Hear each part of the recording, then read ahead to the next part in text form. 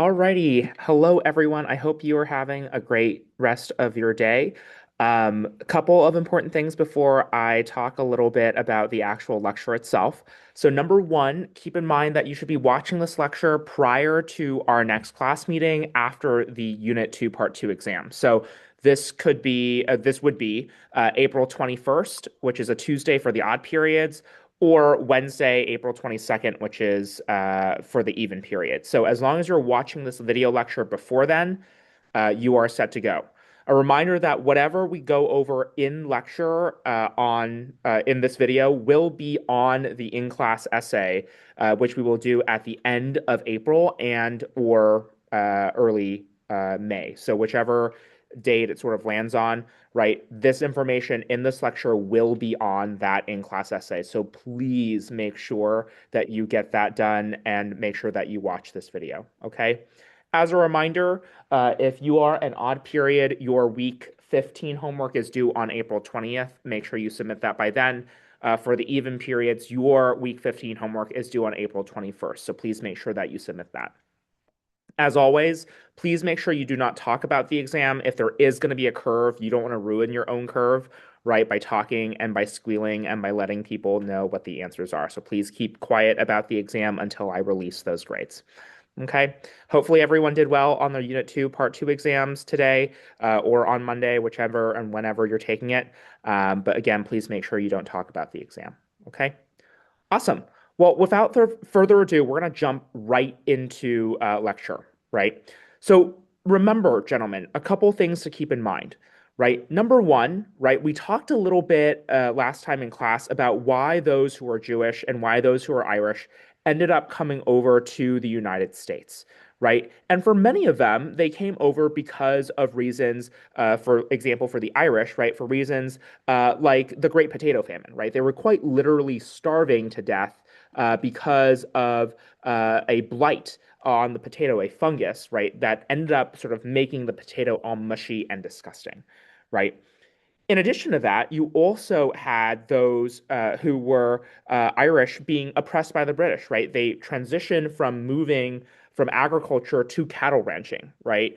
And because those who were British did that to feed themselves, they didn't actually have enough food and land to grow their potatoes on. And as a result, those who were Irish ended up starving to death, right? On the other hand, we also have a Jewish people who were facing a tremendously difficult life in Europe and in Eastern Europe and Russia during the time, right? For those who were Jewish, right, they ended up having to face pogroms, right? These anti-Semitic, anti-Jewish state-sponsored terrorist attacks. And for so many of the Jewish people, as they were being attacked in these pogroms, right, they literally needed to flee for their lives, right? Many of those who were European, those who were Russian, did not like those who were Jewish. They saw them as individuals who could not be trusted, right? Who were greedy, right? Who controlled all the money, right? Who controlled the wealth, all these stereotypes that we even see today, right? And so, because of that, many of those who were Jewish were forced to live in these ghettos, these shtetls, as we would call them, shtetls, right? In this pale of settlement from the Baltic Sea up north all the way to the Black Sea in the south, right? This sort of swath of land called the Pale of Settlement, right? So very, very difficult lives if you were Irish or Jewish, right? And so for many of these individuals, they wanted an opportunity, a chance to finally leave Europe and to come over to the United States. And that, gentlemen, is where we are going to pick up. So let's take a second and let's head on over to our PowerPoint. Give me 1 second to share my screen.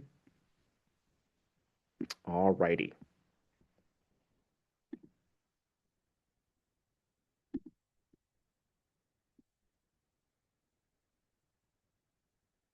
Awesome.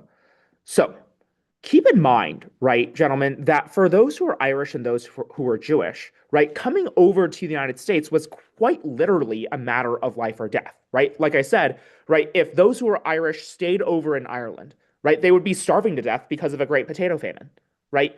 They would not have anywhere, any place, right, to plant their fruits and their vegetables, right, their potatoes. And they would literally starve to death because all the land was being used for cattle ranching, right? For those who are Jewish, if they stayed in Europe, if they stayed in Russia, they would be killed off in pogroms, right? So, quite literally, for the Irish and Jewish people, immigration was a matter of life or death. If they stayed in Europe, they would end up dying. And so, coming over to the United States was the only option. Now, for those who are Jewish, they called this movement, this immigration over to the United States, an exodus.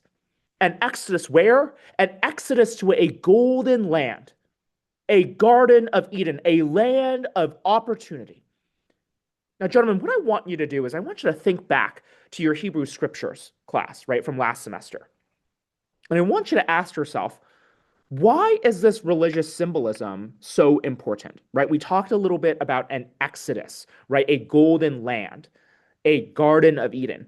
Why are those things or that language so important to those who are Jewish? Go ahead and pause this video here, take a second, write down, think about why this religious symbolism is so important for the Jewish people.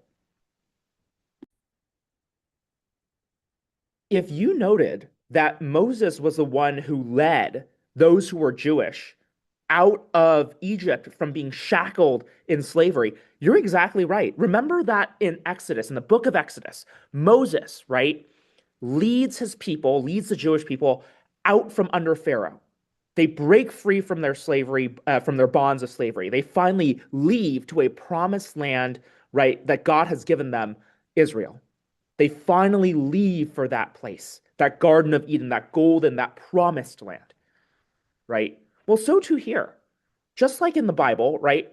This is an exodus. This is those who are Jewish leaving, right? Eastern Europe and Russia, places where they have been oppressed, just like they were in Egypt, right? Oppressed with pogroms, right? This is them finally coming to a golden land of opportunity, the United States, where they finally have opportunities, where they finally feel as if they are not going to be discriminated against, right? This land of opportunity, this Garden of Eden, this happy place, right? Where those who are Jewish can finally rebuild their lives. Now, rebuild they did. In the 1850s, to nearly 1900, right? We see 1/3 of all of the Jewish people living in Russia, living in Eastern Europe, immigrating over to the United States. And same with the Irish people. In the mid 1800s, right, from 1855 to 1900, nearly 2 million Irish people left Ireland to come to the United States and make a better life for themselves. That's huge. That's a massive population shift. Now, many of those who are Irish and Jewish end up coming over to this immigration station that you see here in the upper part of your screen, right? This immigration station, gentlemen, is actually called Ellis Island, right? Ellis Island, right, is super important. This is the first place that those who were Irish and Jewish ended up coming over to get their documents checked, right? And oftentimes they were stamped through pretty quickly, right? People saw that you were from Europe, right? You were white, right? You got a stamp on your passport or a stamp on your official state documents, and you were let into the United States. Now, Ellis Island, right, not only serves as an immigration station, right? That's not the only reason why it's important. It's also important because for many of those who are Irish and Jewish, this was the first glimpse into what being an American is like. And the best part about Ellis Island is that it is right next to the Statue of Liberty, a gift given by France to the United States. And at the very bottom of the Statue of Liberty is a poem written by Emma Lazarus, right? And this poem goes, "Give me your tired, your poor, your huddled masses yearning to breathe free, the wretched refuse of your teeming shore. Send these, the homeless tempest tossed, to me. I lift my lamp aside the golden door." For many of those who are Irish or Jewish, they were those poor. They were those who were tired of years of oppression. They were the huddled masses yearning to breathe free. And finally, in the United States, they have this golden opportunity. The light shines at the door for them. They are welcomed with open arms by the Statue of Liberty, ready to not only become American, but ready to rebuild their lives. Now, gentlemen, you'll see in the classroom that our friend Ari Freeman, a junior that I had taught, has left a picture of the Statue of Liberty on the backboard, right? And at the very bottom, he has an excerpt from Emma Lazarus's poem, right? Give me your tired, give me your poor, give me your huddled masses yearning to breathe free. And so for those who are Irish or Jewish, this is that opportunity. This is their ability to finally breathe free after being oppressed. Now, I will say, life in the United States wasn't easy peasy, right? There were still a lot of trials and tribulations that those who are Irish and those who are Jewish had to face. So let's talk a little bit about that, right? Let's talk a little bit about the life and the treatment of Irish and Jewish immigrants in the United States and where the Irish and Jewish immigrants worked in the US and what they did. So, gentlemen, let's take a look at those who were Jewish first, right? Now, for those who are Jewish, right, they often congregated in New York City's Lower East Side, right? New York, I'm walking here, right? And they were in New York City's Lower East Side. This is an area, this is a neighborhood in New York, right, that largely housed and still does many of those who are Jewish. Now, those who were Jewish, they ended up living in pretty horrible conditions, right? In fact, they lived in what we call dumbbell tenements. They lived in something that looked like this on the lower left-hand side here. This is a floor plan of the dumbbell tenements. And many of these dumbbell tenements were located in the Lower East Side and were ghettos, right? They were not very, very good living conditions. Now, gentlemen, these are called dumbbell tenements because, as you can sort of imagine, right, if you use your imagination, you're going to be holding the middle section here and sort of like lifting things up like a dumbbell, right? Like weights on either side here to the left and to the right.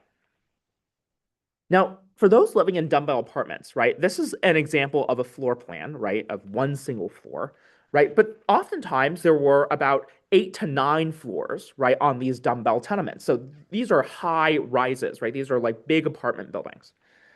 Now, you can take a closer look at this floor plan, right? You can see a parlor, right, which are living spaces, a living room. You then have a bedroom over here. You have a public hall in the middle. These washrooms or restrooms or bathrooms are located in the middle, right? They're shared. And then you have 4 bedrooms here, and then another set of 2 living rooms and a parlor with fire escapes on either side.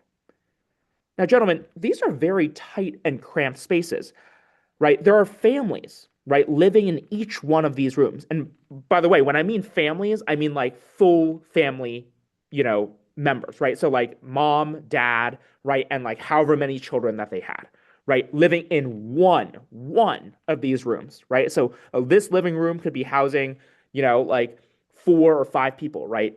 A mom, dad, and like their 3 kids, right? This parlor next door is housing, 6 people, right? Mom, dad, 3 kids, and like a grandparent, right? So there are hundreds of people just living, or like, tens of people living, right, within a single floor of a dumbbell tenement.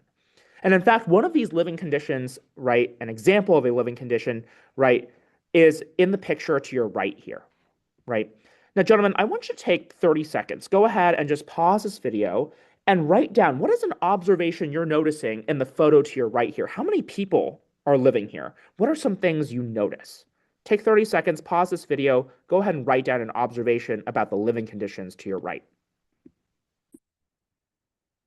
Now, gentlemen, if you can see over here on the right, there are literally like 6 people living there, right? 1, 2, 3, 4, 5, 6. 6 individuals being pushed in this tight and cramped space, right? You can see a bed, right, at the top here, and then like a bunch of people just sleeping on the floor, right? If this reminds you of a Middle Passage, you'd be exactly right, right? You had, slaves sitting on a top and a bottom shelf, right? There's not a lot of room down here. On top of that, right, again, people are sitting on the floor, right? They have clothing over here, pots and pans at the top. And gentlemen, if you wrote down that this was a stove, you'd be exactly right. And what do they have on it? They have a box and more clothes. Now, gentlemen, take a second and think. If this box lights up on fire, right? These people, they don't really have anywhere to run, right? Imagine if that happens on like the fourth floor of a dumbbell tenement when you are like 8 floors up. That's not a good place to be, right? And so accidents were very common, right? These are not very good, safe environments to live, right? These are very unsafe. Now, where would those who are Jewish end up working? Well, those who are Jewish had a whole different array of jobs. One example of a job that those who are Jewish would end up working were peddlers and salesmen. They quite literally would sell anything and everything. And gentlemen, this actually plays into the stereotype that those who are Jewish, right, were really good businessmen, right? They would peddle or sell things like, glasses, right, hats, right, books, fruits, vegetables, right, small little trinkets, right, like pins, right, so on and so forth. And so those who were Jewish ended up making some money by selling any and everything that they sort of ended up having or anything that they could sell off the streets, right? In addition, many of those who were Jewish were skilled laborers. Now, gentlemen, this separates, right, many of those who were Jewish from other immigrants. As you remember, right, those who are Mexican, right, those who are black, especially after the Civil War, right, they often worked blue collar jobs, factory work, right?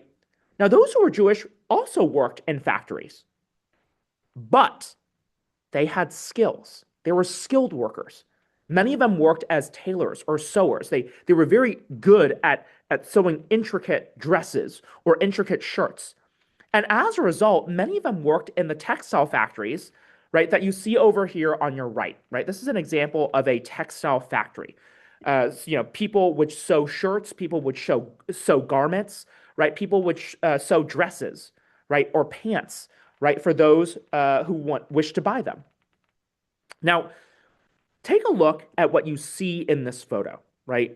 I want you, gentlemen, to take 30 seconds. Go ahead and pause this video again. And I want you to write down what's an observation you notice here about this specific textile factory. Go ahead and pause, take 30 seconds. Go ahead and write down an observation. Now, as many of you would probably have written down, right, these conditions where those who are Jewish would work were very, very unsafe, right? They operated heavy machinery and, right, they often worked in what we call a sweatshop style sort of factory, right? A sweatshop, right? A place where people are literally churning out clothes and being paid very little, right? These are very dangerous and very long working days. Oftentimes, right, these women that you see sitting here would work nearly 12-hour days, right? 12-hour days, right? Imagine this, like y'all can't even pay attention in a 65-minute class.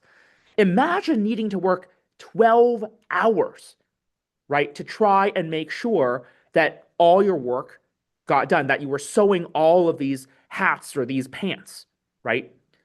And the worst part is that oftentimes these women couldn't, stop working. They were not really allowed to take many rest breaks. They were limited to the number of bathroom breaks that they had, and they had a very short, like 20 to 25-minute lunch, right? In addition, right, with how fast the machines were working, right, oftentimes little kids or, women would get their hands stuck in a machine.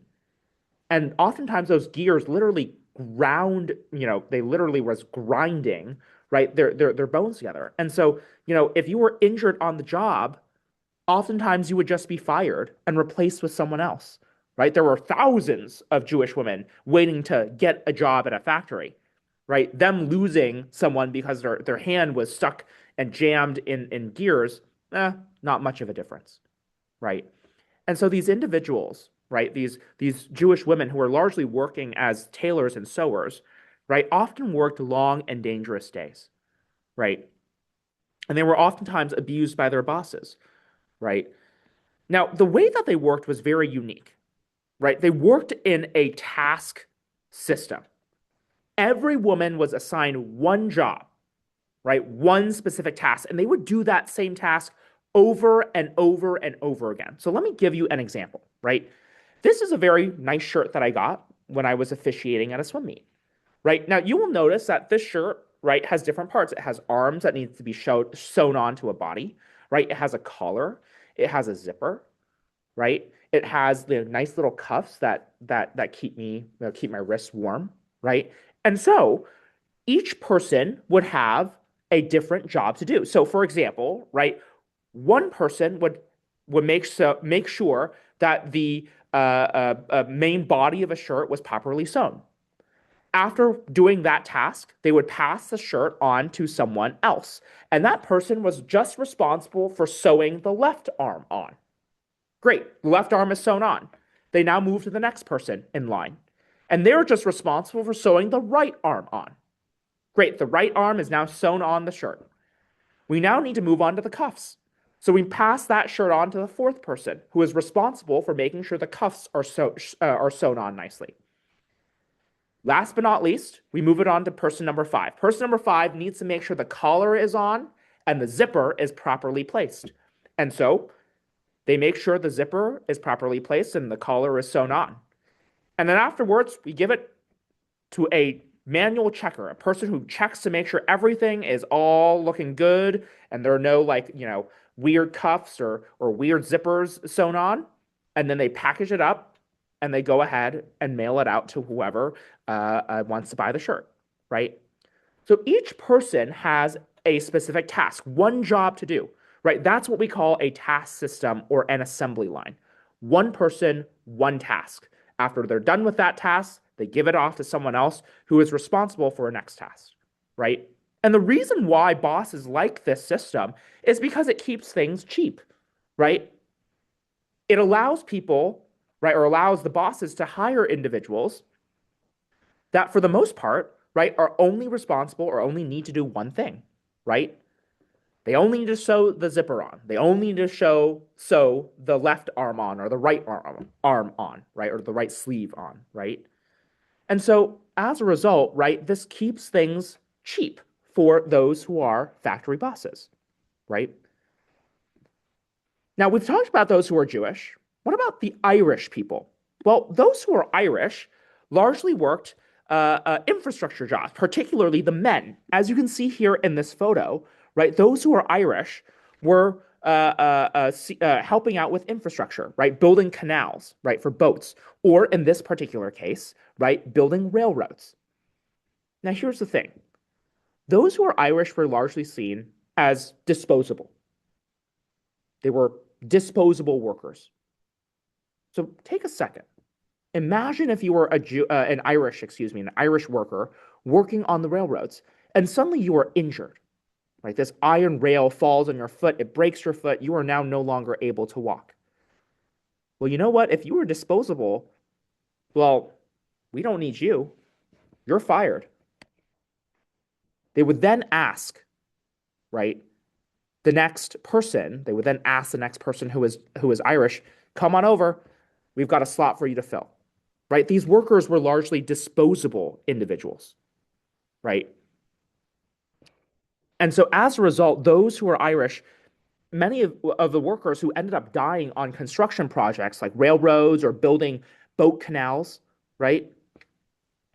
It didn't matter, right, to their bosses. Many of them died where they worked. Their bodies were covered over with dirt or with cement, and people just moved on, right? Now that was, right, those were, for the most part, dangerous jobs. Well, what about factory work? Absolutely. Those who are Irish also worked in textile and shoe manufacturing, especially the men. The men worked in shoe factories and were responsible for making and building, or making, right, sewing shoe leather together, right? And we'll talk actually about a labor union that's formed with these shoe manufacturing companies. In addition, women would also work as seamstresses, people who were responsible, right, for sewing clothes, right? So they would work just like those Jewish women as seamstresses in factories. Now, the other thing that those who are Irish, particularly Irish women, where they would work, would be domestic workers. They were domestic servants. And you can see this over here with the photo on your right here, right? Now, those who are Irish were largely viewed as unwanted, right? Again, they were disposable workers. They weren't really liked, right? And you can see just how much disdain, right, that this boss, this American Anglo man, has for her Irish maid, this woman over here on the left, right? Now, in addition to being disposable, many of the Irish were seen as uneducated and stupid, right? And you can actually see that over here in this text, right? It's very hard to read, but it says, quote, right, this bachelor, this guy right over here, this Anglo-American, Mary, I would like that piece of bacon that I left at dinner yesterday, Mary referring to the Irish servant. And the Irish servant Mary says, oh, is it that piece of bacon thin? I took it to light the fire. In other words, she's using, right, bacon fat to go and like light a fire out in the back, right? No one does that. No one uses grease to go light a fire. And so this cartoon is really displaying, right? Really showing those who are Irish as uneducated, as dumb, as lazy, right? As uneducated, right? And so, many of those who are Irish women would often work as domestic servants, and they had to be at the beck and call of their masters. If their masters needed them at like 3 a.m. or 4 a.m. in the morning, they would need to be up and awake during that time. They were quite literally, right, working, hours at a time, right? And they had to be ready to go whenever, right, their master wanted them. Now, many of those who were Irish were also seen very negatively, and many of them weren't even wanted for jobs, right? In fact, in the 1900s, you would often see signs like this, quote, help wanted, no Irish need apply, right? In other words, we want help, but if you're Irish, we don't want you. We don't want you working here. We do not need you, right? Right. We do not want you to apply for this job, right? And so for many of those who were Irish, they were also discriminated against, not only by the British in Ireland, but also here in the United States as well. But how did those who were Irish and Jewish fight back against this discrimination, right? These unfair wages, these unfair conditions of their work, right? Remember, these Irish and Jewish people, they were working in sweatshops. They were working in factories, lots of whom did not pay them well, required them to work, insane hours, like 12 hours days, right? How do they fight back? Well, just like those who were Mexicans did on the fields, they fought back using labor unions. Now, gentlemen, remember, labor unions are organizations that fight back against unfair working conditions, right? Just like the Japanese Mexican Labor Association, the JMLA on the fields, right, in agriculture, those who are Irish, those who are Jewish, also formed their own labor unions. And I want to take a second to talk a little bit about Jewish labor unions first, right? For those who are Jewish, particularly Jewish women, right, we start to see women coming together to fight back and to strike. Remember, a strike is when you stop working because conditions at your workplace have gotten so bad, so untenable, so unworkable that you have no choice but to stop working, to tell your bosses, no, we need better working conditions. We need better wages, right? And one example of a labor strike was actually in 1909 to 1910. We see an uprising of 20,000, right? Many Jewish women protested the unfair working conditions. No overtime pay, 12-hour workdays, right? Dangerous working conditions like machinery that was dangerous to operate, right? Women had enough. And so they ended up striking. They wanted a couple of things. They wanted a 52-hour work week, right? So on the course of 5 days, only 52 hours, right? Sometimes 6 days, right? Only 52 hours. They wanted union recognition, right? In other words, they wanted the bosses to recognize their union and wanted people to hire within the bosses to hire within their union, right? And they wanted overtime pay. And oftentimes when these women were striking, right, outside their place of work, their bosses would hire thugs, policemen to come over and beat them up. But nevertheless, they persisted. And at the end of the day, 300 out of 450 companies, firms, right, companies, they were forced to settle. They were forced to come to the table and to negotiate their prices. They were forced, right, to have better working conditions, to get better pay, right, to give these women better working opportunities and better working conditions, right? Now, I will say not everything was successful, right? One example of a very dangerous workplace that ended up killing a bunch of Jewish seamstresses, Jewish sewers, right, tailors, was actually the Triangle Shirtwaist Factory fire in 1911. In 1911, gentlemen, there was a factory, the Triangle Shirtwaist Factory fire, that was responsible for sewing shirtwaists, right, these sort of type of underwear garments that women would largely wear. Now, in this factory, gentlemen, there were like 6 floors. And the worst part about all of this, gentlemen, was that the doors to each of the floors, after the workers would go in for the day, right, the doors to these floors would be locked, right? The bosses would lock them from the outside so that the workers could not leave to go to the bathroom. They could not go or take a break, right? They were only given specific number of bathroom breaks and specific number of minutes that they could rest, right?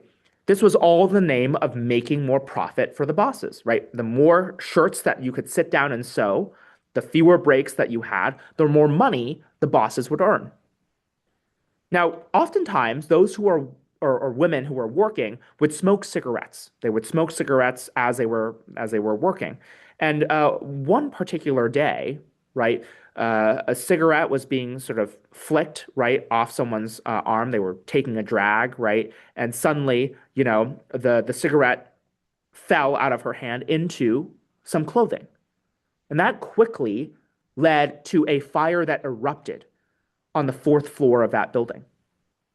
And that fire quickly spread, right? Remember that people were locked on the outside on that floor, right? So they were scrambling to try and open each of the doors to get the women out, right? Unfortunately, the bosses were slow to do that, right? Their foremen, right? The people working in the warehouse where they were in the factory, right? They were slow in opening up the doors, right? In addition, they only had one elevator that worked that went up and down, right? And so many women were cramming into these elevators trying to get to the bottom floor.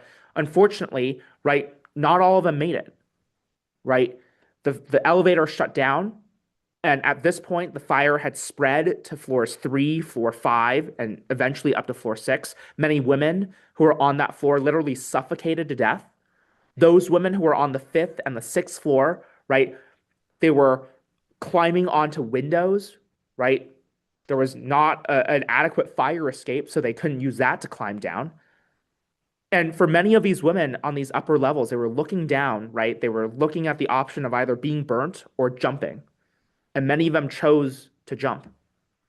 And observers, it's very graphic, but observers on the floor, as they were watching these women jump from the 6th floor of this building, from the 5th floor of this building, they could literally see as their bodies were falling, right? As the bodies hit the floor and hit the cement, the bodies were like a basketball. They literally bounced from the floor, right? Many of these women died as a result of, smoke inhalation or from committing suicide by jumping, trying to save themselves by jumping out of that building, right? Nearly 146, right, women died as a result of a Triangle Shirtwaist Factory fire, many of them who were Jewish. But luckily for those who were working, right, for other people who were not in that factory, this actually led and forced factory bosses, not plantation bosses, factory bosses, right, to come to the table and negotiate. After the Triangle Shirtwaist Factory fire, we see a protocol of peace. This protocol of peace, right, ended up being a contract between the bosses and those who are working, promising them a 50-hour work week, wage increases, and the hiring of union members, right? In other words, if you were part of a labor union, you would be more likely to be hired by these bosses rather than just some rando Joe Schmo off the street, right? And so for many of those who are Jewish women, right, they demanded better working conditions. They demanded that their rights be respected. And that they were. In fact, women in particular for Jewish labor unions, again, were an integral part of the workforce, right? They led, right, labor unions and they led strikes. You can see here, right, picket ladies, tailors, strikers, right? These are women who are tailors, who are seamstresses fighting for their rights for better wages, right? We are going to go out and strike until we get better conditions. Now, one famous Jewish woman who was a labor union leader was a girl by the name of Clara Lemlich. And Clara Lemlich was a seamstress. She was a working girl. And at one point, right, Clara Lemlich is sort of talking, right, to this labor union. This labor union, right, made up of largely Jewish workers, both men and women, right? We're sitting there, sort of mulling over, hey, do we go on strike? What should we do? And Clara Lemlich, excuse me, throws her hand down, smacks the table, and says, "I am a working girl. I do not have any patience for talk, as I am one of those who feels and suffers, right, from the things pictures from the factory work. I move that we go on a general strike now." Clara Lemlich is passionate. She is refusing, right, to work for poor wages, for these horrible working conditions. And she frames this fight, gentlemen, as a fight for those who are Jewish, right? It's framed as a Jewish struggle. Will you help your Jewish brothers and sisters? Will you stand up against the factory bosses that are paying us these horrible wages? Will you finally help out those who are part of a working class? Will you stand up for us, the worker? Right? So for Clara Lemlich, right, she frames this sort of labor union around her Jewish identity. It's important to her as a Jewish person to fight back against unfair wages and unfair treatment. Now we see how those who are Jewish labor unions, how those end up coming about. But what about the Irish? Did they have their labor unions as well? And the answer to that is absolutely. Now, gentlemen, those who are Irish, right, were largely compared, those Irish workers were largely compared to two ethnic groups: those who were Chinese and those gentlemen who were black. Now, what I'm going to do here is I'm going to break this down. We're going to talk about how the Irish were compared to those who were Chinese first, and then talk about how they were compared to those who were black, right? Now, gentlemen, those who are Irish were largely compared to those who were Chinese because of the fact that they were working and competing for the same jobs. We're going to talk more about Chinese immigrants when we come back, or when I come back, right? In April, right? In late April. But for now, right? What you need to know, gentlemen, is that those who are Irish were largely competing for the same jobs that Chinese workers would work, right? Jobs like factory work, particularly when it came to shoemaking factories, right? As well as railroad, right? Railroad work, laying down the railroads, constructing the railroads. All of those jobs were jobs that both the Irish and the Chinese competed against each other for. Now, how did this competition come about? Well, those who were Chinese were often hired as scabs. Remember, gentlemen, a scab is someone who, when people go on strike, a scab is someone who continues to work, right? Who doesn't strike like everyone else. They continue to work and help their boss out, right? They're seen as sort of traitors, right, to the movement. Well, those who were Chinese were often hired as scabs, as strike breakers, as the Irish would go on strike. Now, one particular example of a strike actually happens in a shoe factory in Massachusetts in 1870. And the labor union, the Irish labor union, right, is called the Secret Order of the Knights of St. Crispin, right? This labor union, the Secret Order of the Knights of St. Crispin, right? They organized a strike of Irish workers, and they demanded 8-hour workdays, right? Reasonable, 8 hours of work per day, and much higher wages. Well, unfortunately for them, their bosses were having none of it. And as a result, their bosses ended up hiring Chinese scabs to work in their place instead, right? And so the Chinese were pitted against the Irish, right? The Irish viewed the Chinese as traitors, right? People that took their jobs, right? And in fact, that's what leads this cartoon over here on the right. You see the latest edition of Shoe Fly, right? And it's a little hard to see, but it says cheap shoes, pick them out, right?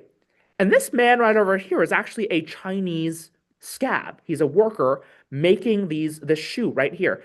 And off in this, in the upper left-hand corner is a shoe in the shape of a fly, right? Shoe fly, don't bother me. Shoe fly, don't bother me, right?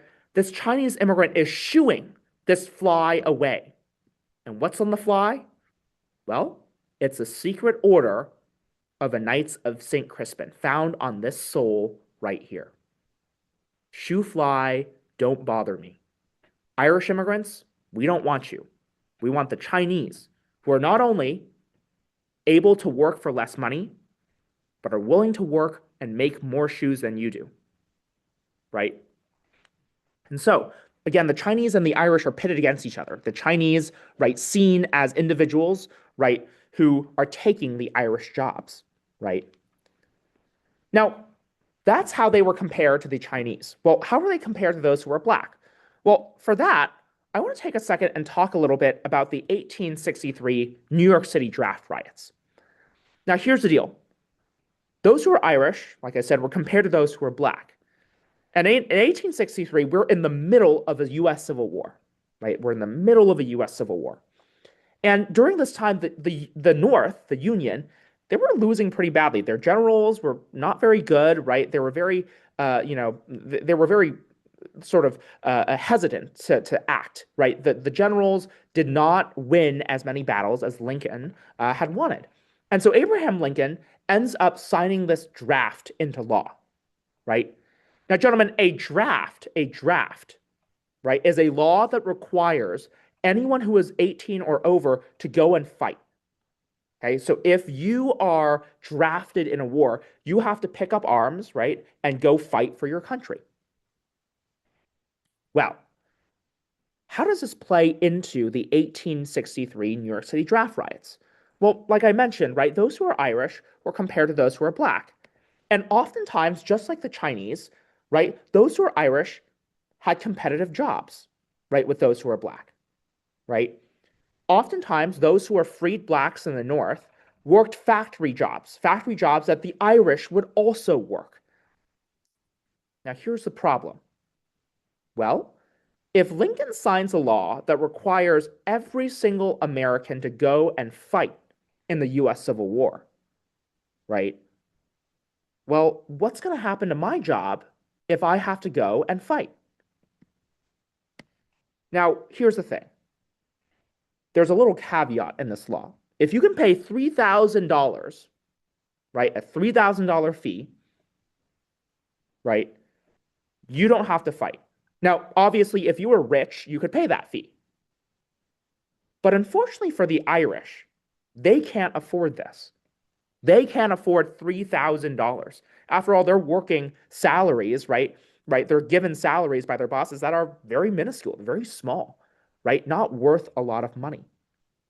And so if the Irish can't afford, right, to pay this, well, if the Irish are working all these factory jobs, what happens to their jobs if the Irish are drafted to go and fight in the war?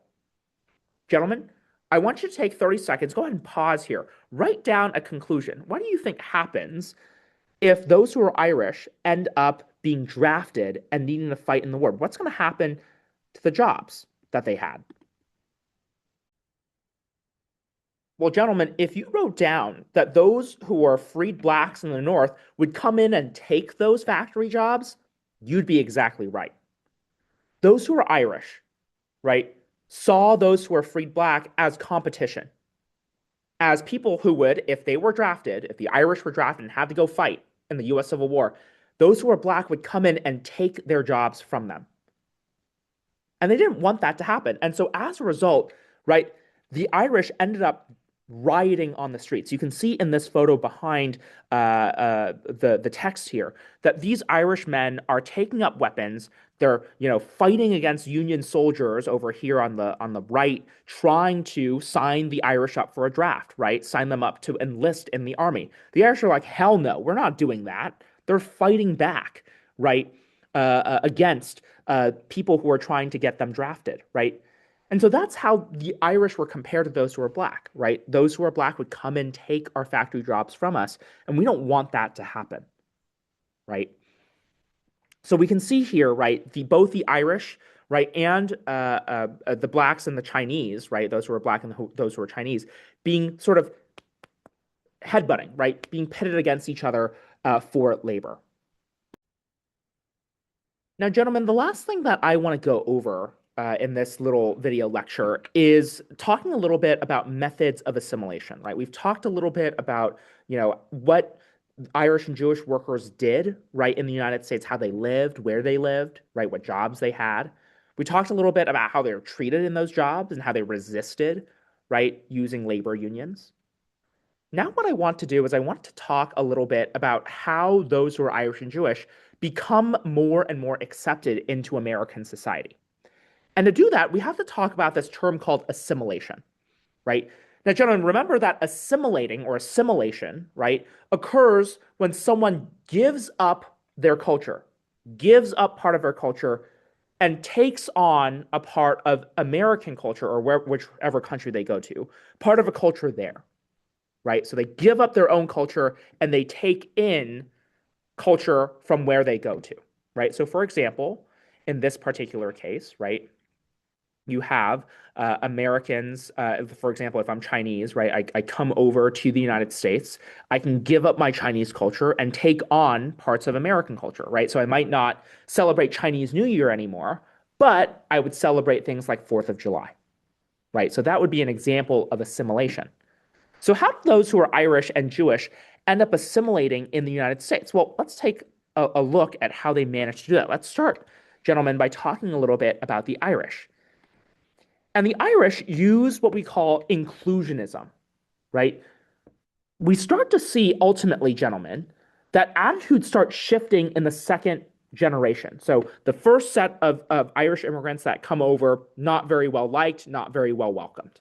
Right? We'll actually talk a little bit more about how the Irish were viewed when we come back in class on the 21st and the 22nd. But attitudes towards the Irish begin to shift once we start getting into the early 1900s and the mid 1900s. They start feeling more and more included in American society, largely because of the fact that they had white skin, right? So Americans are looking at the Irish not as separate, right? Not as, people coming from Ireland, but, right, as American. And you can sort of see this in the pictures here, right? Uncle Sam, right, shaking hands with, this guy from Ireland, right, who looks just like Uncle Sam, right? People enjoying themselves, right? Drinking, right? Friends, right? And so we start to see, right, the Irish being merged into American society, the Irish using their whiteness as a means to be and to become more and more American, right? Now, the first way that they can become more American is through something that we can do when we turn 18. And if you're a US citizen, right, they began to vote. For many of those who can become US citizens, right, back in the 1800s, you had to be white, right? You had to be white to be a US citizen. And so for those who were, right, Irish, right, they largely applied for American citizenship and they received it. They got it, right? They were allowed to become US citizens. And so they began to vote in massive numbers, particularly in urban cities. And this is where green power comes to play, right? Let's say there are two candidates, right, in a large urban city that is predominantly Irish, right? Let's say it's me, right, Mr. Lou, and let's say, Mr. Medeiros, right, is running for office here, right? Now, let's say my policies are super pro-Irish, right? I'm like, I'm going to make sure that labor unions are supported. I'm going to make sure you get better wages if you're Irish. I'm going to protect, Irish language, and I'm going to make sure your culture is seen and heard all in our neighborhood. And let's say Mr. Medeiros, he's like, well, the Irish are okay, I guess, right? But he doesn't have any policy plans that would help the Irish. Well, who do you think those in the city would vote for, right? Well, obviously, Mr. Liu, right? Because I am pro-Irish. And so this is what we call green power, right? Green power is when those who are Irish began voting in massive blocks, right? They began voting as one, largely supporting a candidate that is pro-Irish. And that pro-Irish candidate, once he gets into office and wins, will start to do things that help, right? That help those in their community, right? So it's like a help you, help me sort of system. I'm going to help you get elected. I'm going to vote for you, and then you were going to help me out by passing policies in power, right, that benefit workers and Irish people like me. In addition, gentlemen, those who were Irish began to become more fluent in English. They spoke English without an accent, right? They began to become more well versed and educated, right? And this is where college education comes into play. Those who were Irish began to become, right, and go off to colleges, right? They began to rise in the ranks. No longer are they construction workers, right, blue collar jobs.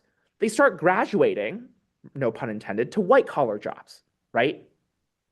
Stuff like teachers, doctors, lawyers, nurses, right? They began to work in jobs that required a higher college education, dentists, right? So on and so forth. And even most importantly, we start to see the strength of labor unions. Those who are Irish, right, use their labor unions, right, as a means to get people to support them, right? Hey, look at us. We're fighting for better wages. We're fighting for better working conditions. What's more American than fighting against injustice? And so as time goes on, the Irish are seen as American workers. They are seen, right, as individuals that are fighting for better rights. And hey, what more American is that, right? Fighting against oppression, right? And so the Irish begin to become assimilated. They begin, excuse me, to be welcomed into American society and welcomed in open arms, right? But what about those who are Jewish? How did they end up assimilating in the United States? Well, they sought to Americanize. Those who were Jewish immigrants who came over largely didn't come over with a lot of things under their belts, right? In fact, those who were Jewish, right, largely came over wearing rags and tags. Well, you know what? That's the first thing they ended up fixing, right? If we want to look and become more American, well, we need to avoid standing out. We need to avoid, looking ugly, right? Well, the first thing that they ended up doing was they began to wear clothing that appeared civil, right? They began to wear clothing like suits, collared shirts. They got nice shoes. They had nice ties, right? Nice pair of pants, right? We're going to get rid of our rags and tags. And you know what? We're going to start looking more Anglo. We're going to look more American. We're going to dress up all nice, right? That's the first thing they did. A second thing they did was just like the Irish, they began to become more fluent. We're not going to speak Yiddish or Hebrew. We are instead going to learn English and we're going to lose our accent, right? No more Eastern European or Russian accents. We are going to speak without an accent. In addition, we're going to change our names, right? So, for example, names like Levitsky, right, a very Jewish, Eastern European sounding name, that got changed into Levin, right? Much more American. Or Levi, much more American, right? Rivka, change that name. We're going to become Ruth, right? Just like Ruth Bader Ginsburg, right? A late Supreme Court justice, right? No more Rivka, we're going to become Ruth, right? Moishe. Moishe is a very Jewish name, right? From Eastern Europe. No more Moishe. That's going to become Morris, right? Blockowitz, right? Blockowitz, right? Very, again, Eastern European name. That's going to turn into Buckley, right? Stipinski, no more. Stephen or Stevens, right? We're going to change our names to start becoming more American. Devora, we're going to change that to Dora instead, right? Easier to pronounce, easier to fit in. They're also, those who are Jewish are going to participate in holidays and consumerism, right? So, we're going to celebrate Hanukkah, yes, but we're also going to, buy a lot of gifts during Christmas time, right? Even though those who are Jewish don't celebrate Christmas, right? We're still going to buy gifts. We're going to engage in that holiday shopping, right? We're going to become more American by celebrating American holidays like the 4th of July. In addition, right, we're going to go out to family vacations at resorts. We're going to show off that we are going to be successful, right? We have worked our butts off in factories. We have worked our butts off, right? As seamstresses, right? And so we're going to celebrate, right, our wealth. We're going to celebrate, right, the fact that we've made it in American society, that we've assimilated into American society by going to fancy vacations, right, in the Catskill Mountains in New York, right? We're going to go down to Florida, right? We're going to have a summer vacation there, enjoy ourselves, right? But unfortunately, right?